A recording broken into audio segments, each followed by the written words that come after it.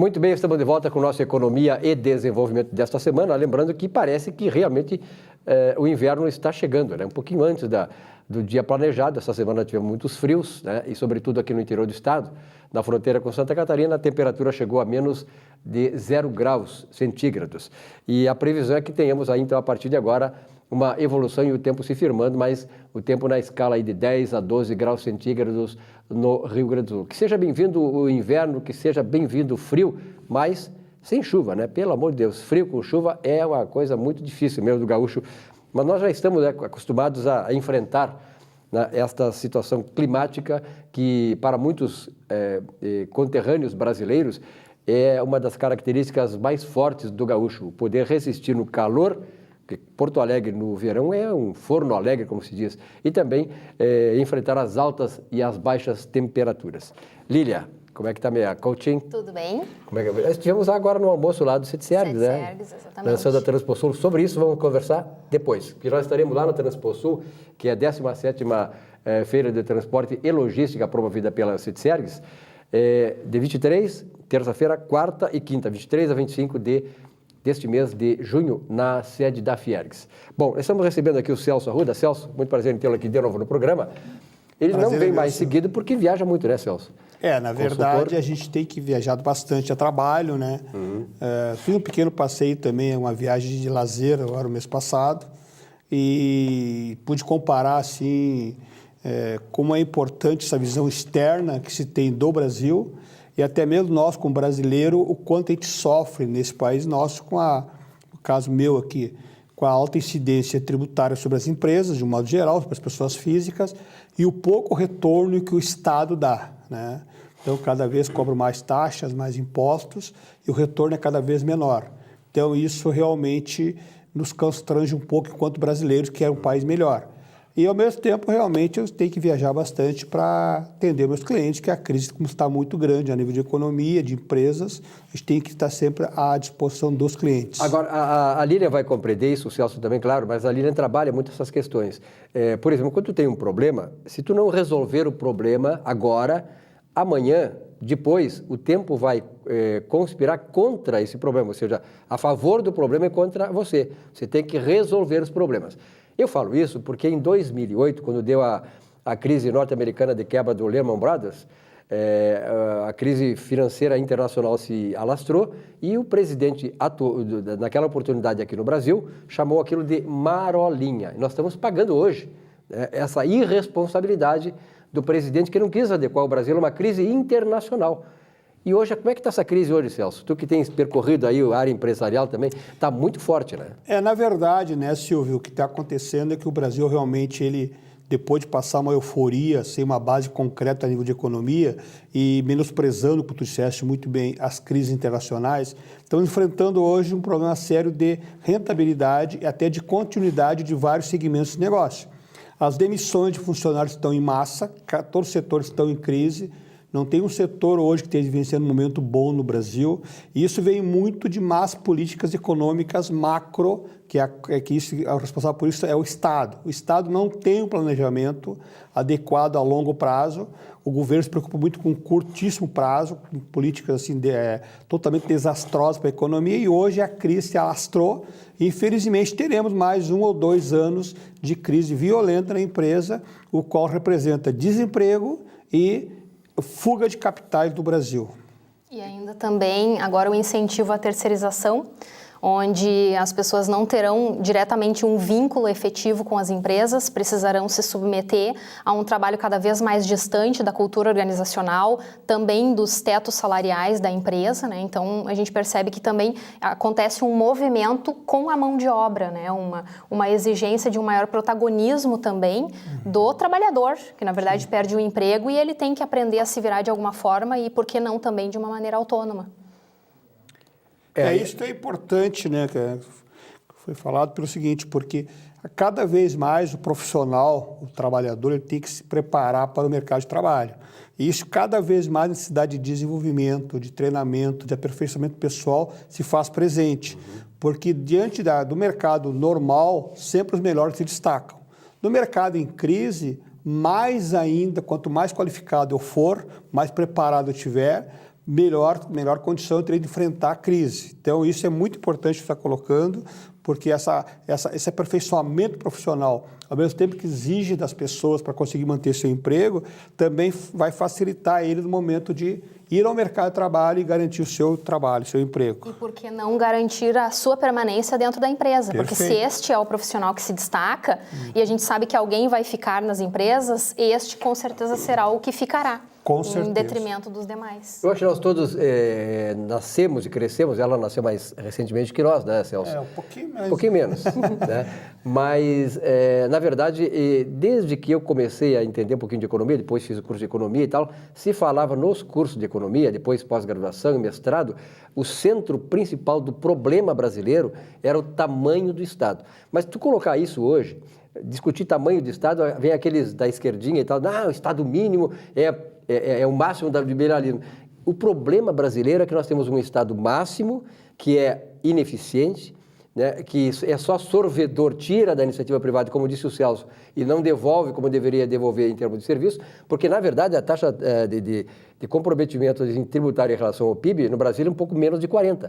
Na Suíça, tu sabe muito bem, na Suécia, Finlândia, esses países escandinavos, é mais de 80%, mas lá tu não precisa pagar mais nada. E tu está protegido de segurança, educação, saúde, e aqui tu paga isso aí e não está protegido com nada. Então, esse é o problema quando vai se discutir Estado máximo. Eu sou defensor, graças a Deus, do chamado Estado mínimo. O que é o Estado mínimo? O Estado mínimo é um Estado forte na educação, forte na saúde e forte na segurança. Não precisa mais. Para que esse dono de banco?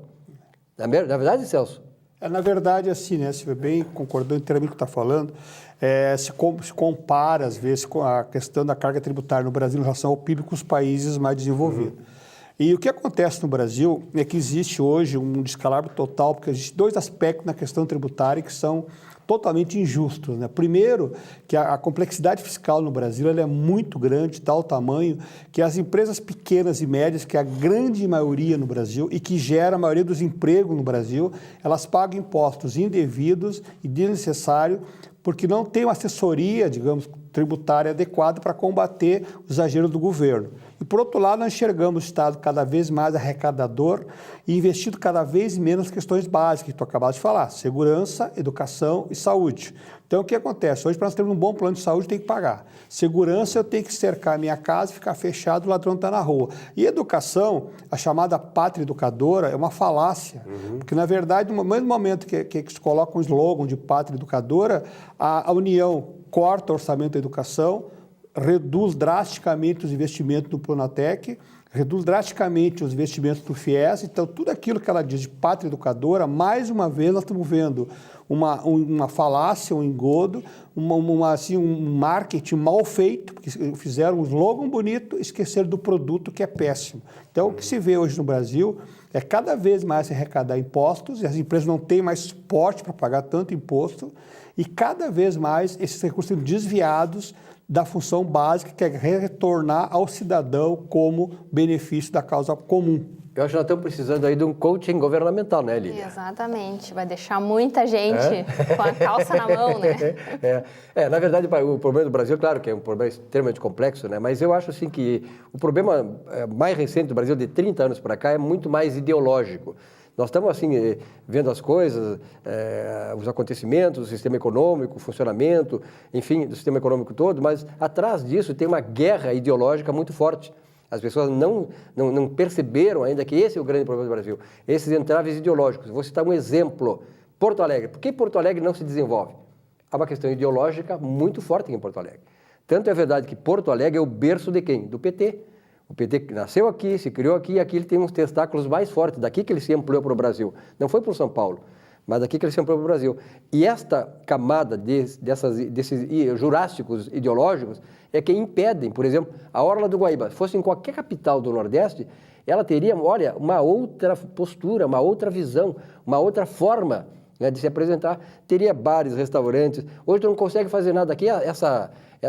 Esse ponto que fica aqui próximo do Barra Shopping, aí, que é o Estaleiro Só, aquela área, se tentou fazer alguma coisa de aproveitamento comercial e residencial, impediram. Tem que ficar como está. O que é? Lixo, atirar das traças e local de traficante. Silvio, qualquer país que tu fores, até mesmo aqui os nossos vizinhos, as cidades de Montevidéu, Buenos Aires, eles aproveitam ao máximo o rio. Tu fores a Lisboa, tu fores a Frankfurt, tu fores a Paris, tu fores a Londres, o rio ele é usado como elemento agregador. E nós estamos afastados do nosso rio. Isso é uma coisa que não tem a menor explicação. Então não se justifica isso. E pegando só o gancho também da questão dos impostos para a esquerdista, agora eu estava vendo no jornal hoje, o governo do estado também, que está encaminhando um projeto de aumento dos impostos a nível de imposto de doação e herança, eles querem aumentar uma alíquota sobre transferência patrimonial no caso de sucessão, no caso de herança, alegando que esse patrimônio tem que ser taxado para reverter para o cidadão comum. Ora, a gente sabe que o aumento de imposto no Brasil nunca reverte para o cidadão comum, reverte uma meia dúzia, para o bolso de uma meia dúzia. E aumentar taxação sobre impostos sobre a herança é uma incoerência, por quê? A meu juízo, porque aquele patrimônio foi juntado pelo empresário, pela pessoa física, durante anos e anos de trabalho. Então, não é justo que o herdeiro, ao receber o resultado de trabalho do seu pai, tenha que pagar um imposto cada vez maior para manter um aparelhamento do Estado totalmente inócuo, totalmente sem qualquer retorno para o cidadão comum. Esse aumento de carga tributária está inviabilizando negócios no Brasil. Enquanto os governos não atacarem isto, nós não teremos no país um futuro sorridente. E a sociedade tem que despertar. Tu falaste muito bem um termo que me parece assim, que ele resume tudo de mal que acontece nesse país. Aliás, o Brasil está destruído, né? Destruído. O judiciário não existe mais, o judiciário advoga só em causa própria e não está nem aí para nós. Judiciário legislativo comprado e o executivo é isso que é. Quer dizer, o executivo serve para, nas parcerias com a iniciativa privada, se locupletar, os políticos se locupletando. Então, o que resta do Brasil? Não resta mais nada. Quer dizer, nós temos que perceber que o que está destruindo esse Brasil é esse aparelhamento que esse partido demoníaco, que veio para o Brasil para destruir, para matar e para roubar, chamado PT, continua ainda dando as cartas no Brasil. Então, enquanto o Aécio Neves disse muito bem na última eleição presidencial, se nós quisermos acabar com a corrupção no Brasil, tem que tirar o PT do governo. Então, nós temos que dizer isso muito claramente. Esse é o problema do Brasil, é o problema ideológico de aparelhamento do judiciário, do legislativo, das empresas, a CE. Que vergonha, que vergonha. Salários inimagináveis na CE. Por quê? Aparelhamento. Pegaram os sindicatos começaram a fazer as trampas dele lá. Esse partido sabe fazer muito bem trampa e sabe trazer parceiro para fazer trampagem. Então, a CE está falida. Tem que vender. Por isso que eu digo, o governo não pode ser proprietário de empresa, porque ele vai usar, como usa o Estado, as empresas privadas, para se lucupletar.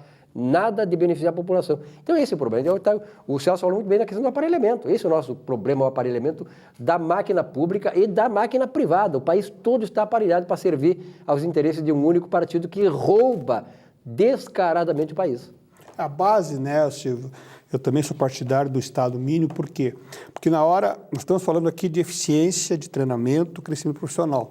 A gente sabe que nas empresas públicas o que vale não é a capacitação pessoal, é o apadrinhamento político. Claro, claro. A Rússia, ela caiu, o comunismo caiu, não foi por ideológico, é questão de podre, porque eles não tinham gestão. Não tem um treinamento, não tinha uma gestão competente. Infelizmente, empresas estatais competentes não existem. Agora mesmo eu estive em Portugal e agora se concretizou a vinda da TAP. Por quê? Porque não existe no mundo todo empresa estatal eficiente. Por quê? Porque a gestão não é pela sua competência, é pelo seu apadrinhamento político. Se esquece a competência, vai fazer lá um coach lá, tu não conseguiria fazer, por quê? Porque o padrinho não deixa tu trocar o gestor. Então, com isso tudo que eu quero dizer, enquanto o Estado for gestor no modelo que ele tem, nós temos que tirar o Estado fora e colocar na iniciativa privada, onde investimento e treinamento, investimento e crescimento pessoal dará retorno. E no Estado não dá, porque existe sempre o apadrinhamento político, que inibe a qualificação, o desenvolvimento e o crescimento da entidade como um todo. Nós já elegemos mal. Elegemos pessoas, por exemplo, nada contra a pessoa, o Jardel. O que o Jardel poderá contribuir para o Legislativo do Rio Grande do Sul? E, sinceramente, pode ser uma boa pessoa, eu não analiso as coisas do lado pessoal, mas profissional. E nós elegemos, nós somos culpados disso. Quer dizer, o que nós vamos esperar que o seu Jardel ou outro, de 55 deputados, eu não sei se nas mãos de uma só mão eu consigo tirar 3 ou 4 que sejam dignos do mandato que eles estão exercendo. Mas o que vão esperar de uma indicação desses políticos para cargos? Eles vão eleger gente pior que eles. pior que eles. E aí cai nesse troço que o Celso falou aí, que é falta de gerenciamento, de seriedade, de responsabilidade, e os caras vão servir a ideologia que os está sustentando aí para roubar o país como estão roubando. Celso... Na verdade, assim, agora, pegando só o gancho da nossa Assembleia aqui, recentemente tive um episódio ali de um deputado que foi pego com a questão dos assessores dele, e se levantou que existe, cada deputado estadual tem 30 assessores. Na Europa, os países um pouquinho melhor que nós, de condições sociais, econômicas e culturais, os deputados têm 5 assessores. Aí perguntaram para o nosso presidente da Assembleia por que essa diferença. Não, porque no Brasil precisamos ter mais, porque nós estamos atrasados em relação à Europa. Então, essa é uma questão assim, quando a gente lê ou escuta isso, a gente fica com vergonha de fechar a chave e ir embora desse país. Mas é assim, então, a nossa deficiência justifica cada vez mais assessores para deputado, enquanto que na Europa, cada deputado tem no máximo 5 assessores. Nós temos 30, porque aqui é cultural. Então é cultural que nós sejamos ruins. Bom, eu acho que esse debate aqui, claro, não vai resolver os problemas do Rio Grande do Sul e do Brasil, mas é importante para despertar a sua consciência, a sua percepção de que você escolha melhor os políticos. Cobre, não faça como o brasileiro faz de muito coitadismo. Vamos botar o coitado, está precisando. Tem gente que vota no cara porque o cara está precisando de emprego, mas vai arrumar emprego lá no raio que o parta, não na Assembleia, não vamos eleger. É verdade, ficaram com pena do Jardel, cara desempregado, separado, mas olha, o problema é dele, pessoal dele. Assim como eu falo no Jardel, mas de outros vários, que aliás o Jardel é meu ídolo, foi como gremista e tal, mas não tem nada a ver uma coisa com a outra. Quer dizer, esse é o problema do brasileiro, o coitadismo que nós trouxemos aí, uma tradição de crença, uma série de coisas que está arruinando com esse país. Lília, alguma... Bem, a princípio, até me fez pensar assim, que pela quantidade de pessoas que a gente vê nos parlamentos, o nível de resultado deveria ser ótimo, né? Pois é verdade. Imagina muitas cabeças pensando com visão macro, né? Gostei dessa, gostei. Bom, Celso, muito obrigado pela tua presença aqui. Um abraço, Silvio. Já resolvemos parte dos problemas. Agora, da próxima vez, nós vamos ver se inteiramos. Agora vamos resolver os nossos. Os nossos, tá certo. Um rápido intervalo e já voltamos com o nosso Economia e Desenvolvimento. Já, já.